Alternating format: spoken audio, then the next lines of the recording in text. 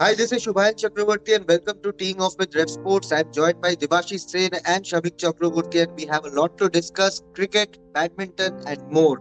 So we'll start with the cricket series, the five-match test series between India and England that is scheduled to start from January 25 and Debashish will be there on ground to report us for about the matches. So Debashish, excited about the tournament, but of course, a big news: Harry Brook won't be available for the England team in this series due to personal reasons. How big a blow that is? Yeah, that's a huge setback. Means obviously, the much of the success of baseball depended on Harry Brook. The way he has entered the test arena, obviously having a strike rate of almost 90, and the manner in which even the fact that England could manage salvage a draw in the Ashes was all because of Harry Brook, the knock he played, and also. And it's a huge setback for in England, I would say. But then let's hope that England put up a good fight. It will be tough. It will be tough, no doubt. But we would hope that it's going to be a good contest. Of course, Lawrence has been added as a replacement for Harry Brook for this series for now. Shomik, of course, Harry Brook has been such a crucial component in this baseball formula, which has transformed England's Test cricket. Can Dan Lawrence, of course, he has been in good run of form, but can he be have the same kind of impact which Harry Brook had for England? See, baseball or no baseball, when you lose a player who boasts a test average of 61, it's a big loss, irrespective of conditions. That to start with. Number two, he is talking about baseball. He is one of the faces of baseball, boasting a strike rate of 91. So it's a massive blow in the sense England are losing their batting X factor. He is England's batting X factor, and England are losing them. But as far as Dan Lawrence is concerned, when England came last year, I covered three test matches. The first test was played behind closed doors, and the next three was open for the media and the public. And I covered three test matches. I saw him at close quarters, and he is a pretty decent bat. He is not an X factor like Harry Brook, but he is a pretty decent. But I doubt he would be in the playing 11 in the first test. I think Right. Johnny Baez will play as a specialist batsman, while Ben Fox will be donning the big gloves. Hmm. And interesting because Johnny Bairstow, whatever tests he has played under Brendan McCullum, he has looked as a transformed batter in the longest format. But Devashish, of course, you had a little bit of story on Mohammad Shami as well because he's not part of the initial squad for the England series. But what's the latest that you reported on Shami and what can the fans hear about his injury?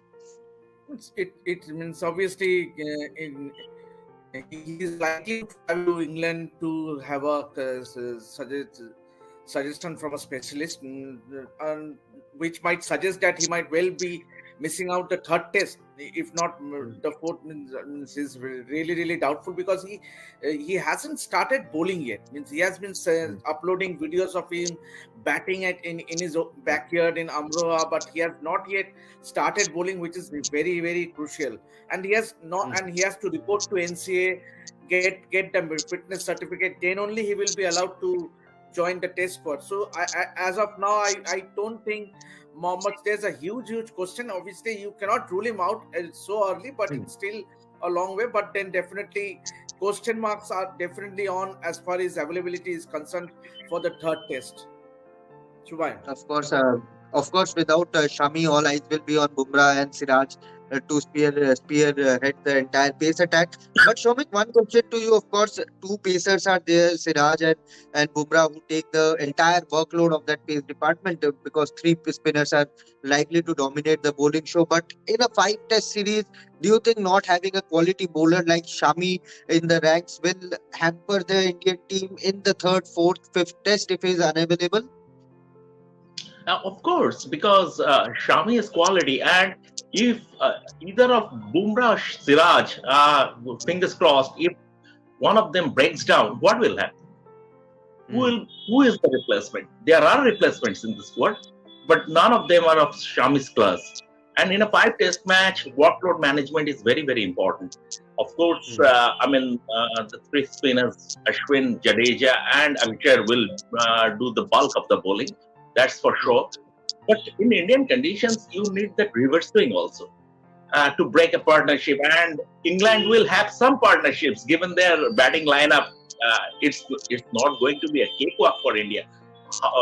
Whatever it appears on paper, it is not going to be a cakewalk for India because this England team is different. This England team is different in the sense that they are mentally unfitted. What Basball has done, it has made that team mentally unfitted. They now play with a joyous abandon. It's like sort of like playing gully cricket. You don't you don't carry the fear of failure. You are enjoying yourself, expressing yourself.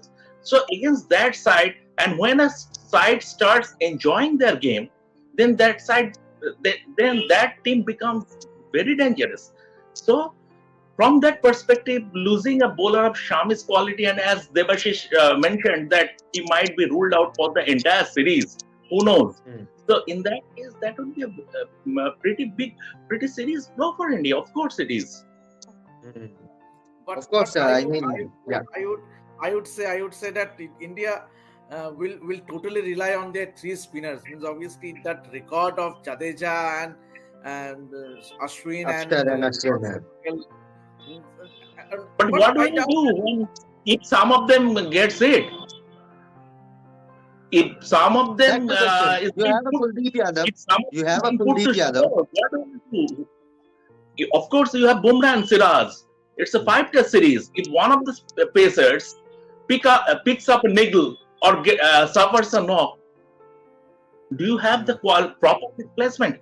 You have replacements in the squad. Mukesh, Do you have a replacement of Shami's quality? You don't. of course. agree. Of Totally course, agree with Mukesh Kumar and Avesh Khan are there, but you cannot replace Shami overnight with the quality he brings to the table. Devashish, India, England, you have covered so many of them. With this series comes so much of headline from the English media that we won't care about if the ball is spinning from ball one. We will have this new formula in baseball which will decimate the Indian team. Do you think these headlines, these mental games will work this time around, or you will see the rank turners working from ball one? already we have seen comments from Ollie Robinson. I have seen comments from Yes, Mante Padasar play with the ego yes. of Virat Kohli. But let me tell you, if they try to play around with Virat Kohli, he is one hell of a batter. Obviously, he will do the do the talking. Obviously, we see the record of Virat Kohli. And obviously he has a staggering average at home, and so don't just play with Virat Kohli's ego, and rightly so. Obviously, I'm looking forward to someone like a Shubman Gill. Obviously, huge role, number 3, playing in India, where Cheteshwar Pujara has been what to say. Cheteshwar Pujara in his road right has been phenomenal at number 3 for 20,000 first India. class runs now, yeah. Yes, and to replace him, this will be the first real test for Shubman Gill, playing at home, number 3. It's a big series like England, so it will be a really interesting battle. Shubham. One final question to both Shomik and Devashish. Of course, what will be your batting lineup? Because there's a lot of conjecture regarding the wicket keeping slot. If you play a KS Bharat as a specialist keeper and KL Rahul as a specialist batter, then you might have to leave out a Shreyas Iyer from your 11, who averages 60 plus, 70 plus in Indian soil. So what would be your batting unit in that case? Will you give KL Rahul the gloves initially and then bring Bharat into the scheme of things later in the series, or will you start with KL Bharat and KL Rahul and drop Shreyas Iyer from match number 1? Shomik. See, KS Bharat will don the big gloves. That's all but settled. So you have to tweak your batting order either up front or in the middle order. Now, I for one is not Rahul has scored test centuries as an opener. But very recently, that his 101 at Centurion was fabulous at batting at number 6. And I, for one, is not a fan of tweaking the top order. You have a left-right combination at the top with Rohit and Yashasvi Jaiswal. And if you have Rahul at number 5 instead of Shreyas Iyer, then Virat, Rahul, KS Bharat, I mean, even leaving aside KS Bharat, Jadeja, and then 2 lower middle order batters, Ravi Ashwin and Akshar Patel, they are pretty capable in Indian conditions. That middle order and lower middle order become a pretty, sort of meaty. I would say that middle order will inspire confidence. Given Shreyas Iyer's recent form, I mean, tears will not be shed if he is dropped from the playing 11. His recent average is 11 point something over the last 5. He has failed on the home patch against Australia also. And a few days back, he said he is bored of leaving balls. So since when has Test cricket has become a fun game? But that aside, jokes aside, I would like to see KL Rahul at number 5 and a solid, pretty meaty middle and lower middle order, and Jaiswal opening the innings along with Rohit. Devashish, your take? Yeah, I also totally, and you have also done that report also on Craze. I totally agree. That has been the template as far as Test matches in India is concerned. Means to go out for a specialist wicketkeeper. When you play Test matches abroad, you go for a batter who is a specialist batter. Obviously, KS Bharat is not a great batter in the mold of KL Rahul, I would say, but he's a very capable wicketkeeper, because means obviously to keep wickets against the likes of Ashwin, Jadeja, and Akshar means throughout the day means it demands a specialist role, and I think KL Rahul, KS Bharat fits that role. And so I for one would not be surprised if KS Bharat gets into that playing 11 as for the first Test match in Hyderabad. I don't know about you guys, but I have a weird feeling that Dhruv Jurel, by the time this series ends, will make his Test debut. I have a weird feeling about it, but let's see what happens. But thank you guys. But let's see, before we wrap up, we'll go straight to New Delhi, where the India Open 2024 has just concluded. Of course, Satvik and Chirag lost the final against Kang and Seo of South Korea. It was a heartbreaking loss. But let's see what Gargi Rawat has for us from New Delhi, where the India Open has just concluded. So let's check it out. Hello and welcome to RevSportz. I'm Gargi Rawat. India Open has come to a close, with Satvik Sairaj Rankireddy and Chirag Shetty finishing as runners-up. They played an incredible final match against the South Korean duo and ended up on the losing side after putting in a lot of effort, but at the end of the day, they were outplayed by the South Korean duo. When we look at the overview of this whole tournament, 3 points stand out the most. First of all, obviously, Sachi's rise as a pair.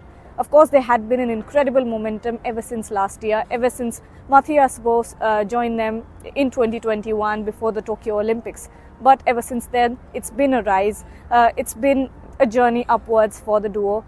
But this time they were playing with incredible momentum. They looked so confident, and right now, even as they have lost the finals, they seem very confident about their journey in the future, their journey to the Olympics. They will not be playing Indonesia Masters, of course, but again, it's all about the Paris Olympics berth and qualifying and then getting a medal over there.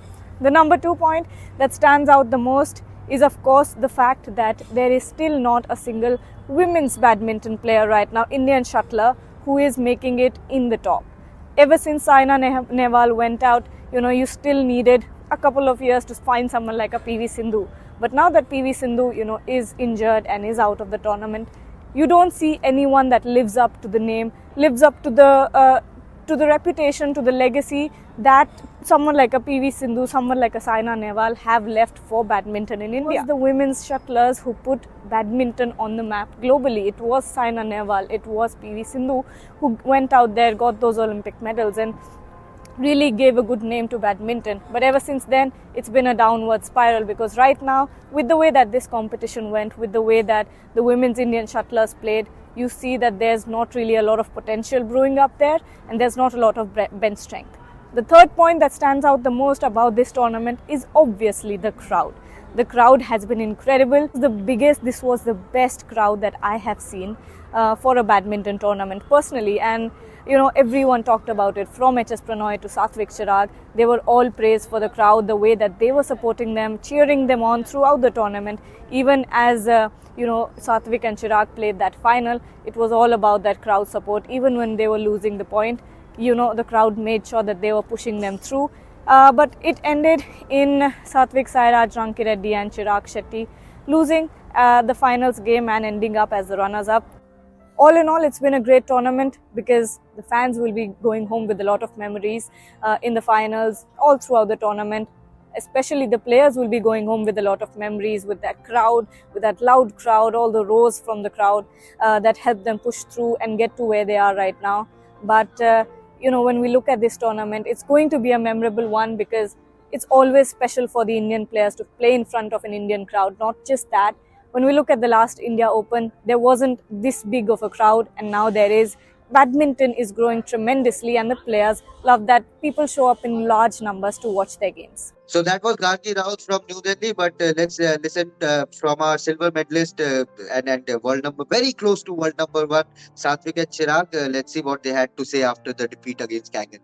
In the second, couldn't really start off well. I think were down 5-1, I think I remember, and then made a few errors, and like in no time we were down 11-5. And from then on, it was quite difficult to come back. And they can be quite a formidable defensive pair. And we couldn't really get the shuttle down against them. But in the third set, I think we started off quite well, but eventually gave them a lead. They played quite a solid defense as well. Had a comeback in the third set late into the match. I think had a few chances also. Probably if we would have come or made it equal, eventually at 15 all, when we were there, 15-14 or at 17-16, quite a few long rallies should have made it all. Then there would have been even more pressure on them, but couldn't do that. Credit to them. They played quite a solid defense, and but yeah, overall I think obviously we are sad losing that final against in our home tournament, but there are a lot of positives.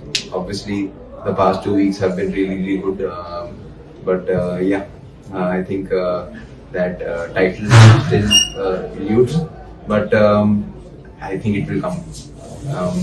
We just what's in our thing. What our thing is that is to keep our heads down and keep working, and the big titles will come. And now moving on from badminton, let's go to football ground where Rahul and Swapnil have for us the updates from India training session as the men in blue, the Blue Tigers gear up for their final group match against Syria. Can they qualify? It's a long task, but let's see what Rahul and Swapnil have for us from the practice session. Hi guys, Rahul and Swapnil here on behalf of RevSportz. And the countdown have started for the India's last group stage fixture against Syria. Yeah, I know the qualification scenarios are a bit complicated. Syria have a slight advantage because they have 1 point in their bag, but India hasn't registered a single win so far in this tournament. So India will have to win the game by a big margin, and then they will have to pray that they become the team among the top 4 best third place team to qualify into the next stage. So today we are here at the Al Egla training ground, and where India is serving their second last training session ahead of the Syrian game. And what we have noticed is that Amrinder Singh has joined back the Indian squad, though he wasn't practicing goalkeeping drills, but still he was seen spending time with the physio. And along with Amrinder Singh, we have also seen Changte and Liston back in the training. But at the beginning of the training, what we have seen has touched our heart. That is the Manjapara fans. They got an opportunity to meet Sunil Chetri, Sandesh Jhingan, another Indian player. Swapnil, I will pass the baton to you to give them the update from today's training session. It was a special session. The team has set up a meet and greet with the Banjapara fans who have come to the ground every day, no matter what the result is, no matter how India plays. They have come to every stadium. They have supported India. They have shouted out, out of their voice for Team India. Right now, today also they were chanting India, India while India team was practicing in the field. It was an amazing moment when Chetri came and hugged them, saw them. It was a great event. It was a lovely gesture from Team India, while where they were supporting their fans for coming. Because when we go to abroad, we don't have such fans. But this at Doha, this fan base is something different. Just outstanding. Just outstanding fan base, like Rahul said. It was something, the amount of sound they produce, it just brings the fighter spirit inside you. It just brings out the fighter spirit that's inside the players. It was a great session. It was a great meet and greet. And that's how the training went. It was light training with the coach. Yeah, and of course, And the main thing I noticed, coach and both of all the coaches were wearing a new T-shirt that written India. It was giving just a Goa vibe. It was really nice. Yeah, the first few minutes of the training session was fully focused on the physical aspect. They were seen doing core exercise and all. And also, they were doing some drills to maintain the camaraderie of the team. And we have spoken to Changte, we have spoken to Pritam Kotal. The mood in the camp is very cool, and it's evident that the boys are going to prove themselves against Syria. It's the last game of the Group B, and of course, despite all the qualification scenarios, the boys want to prove themselves, and they want to prove that they have already lost the first two games, and they are trying to promise every Indians that they are here to do something. So let's hope India will end their AFC Asian Cup group stage fixture on a high note. And that's it from today's training. But you guys stay tuned to RevSportz for more updates from the Indian camp and the AFC Asian Cup 2023. So that was Rahul from Doha, and yes, this was our morning show, teeing off with RevSportz, and thank you Debashish, thank you Shomik for joining in, and Debashish, all the best for your travel to Hyderabad, where we can't wait to get all the updates and photographs from the training session. Wait, today is a day of Lord Ram. Obviously, absolutely. Our star players are already will be there shortly. So, on that note, I would like to sign off. Of course, it's a big occasion for Indian community. Long awaited dream has come true, and Virat Kohli, Ravichandran Ashwin, Rohit Sharma, all will be there in the Ram Mandir Pran Pratishtha ceremony, and we will also enjoy and witness a historic day unfold. But in the sports front, that was it from our side. Thank you, Debashish. Thank you, Shomik. And yes, see you tomorrow with more updates on team.